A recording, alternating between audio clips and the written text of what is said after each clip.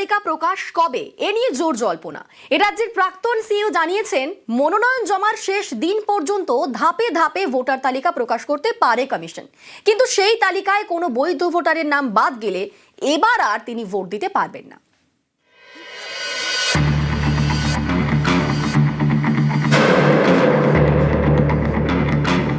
28 ফেব্রুয়ারি চূড়ান্ত ভোটার তালিকা প্রকাশ হওয়ার কথা। অনেকের মতে তা আর সম্ভব নয়। তাহলে কি করবে কমিশন? রাজ্যের প্রাক্তন সিইও দেবাশিস সেন জানিয়েছেন, ধাপে ধাপে কমিশন তালিকা প্রকাশ করতেই পারে, কিন্তু এক্ষেত্রে এমন পরিস্থিতি তৈরি হতে পারে যে বৈধ ভোটারের নাম বাদ গেলেও তিনি আর এবার ভোট দিতে পারবেন না।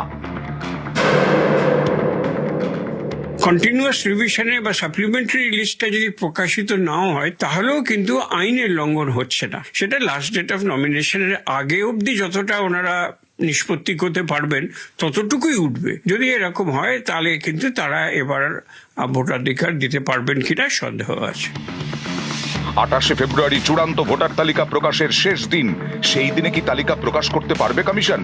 এ নিয়ে বড় সড় প্রশ্ন। অনেকের এও প্রশ্ন, চূড়ান্ত তালিকা প্রকাশ না করে কি ভোট ঘোষণা করা যায়?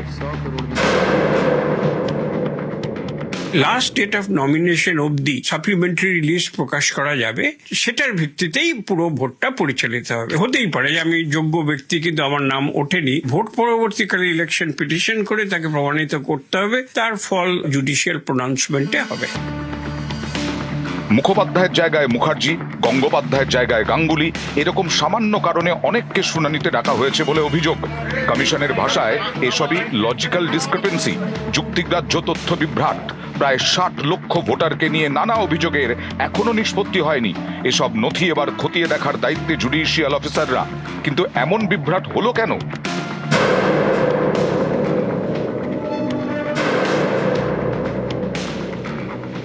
যাচাই করা হতো এবং কোথাও যদি দেখা যেত অসামঞ্জস্য হচ্ছে, তখন বাড়ি বাড়ি গিয়ে খোঁজ নেওয়া হতো। কিন্তু এইবার যেটা হচ্ছে, আর্টিফিশিয়াল ইন্টেলিজেন্সকে নেওয়া হয়েছে। মুখোপাধ্যায়, মুখার্জি ইত্যাদি, এটা তো সাধারণভাবেই ডিকশনারিতেই দেওয়া থাকে যে অল্টারনেটিভ বানান কি হবে, সেটা তো এআই এর ধরে ফেলাই উচিত। সুতরাং এইটা কিন্তু গ্রহণযোগ্য হওয়া উচিত ছিল। যদি ওদের লজিক্যাল ভুল থাকে সেটা অন্য।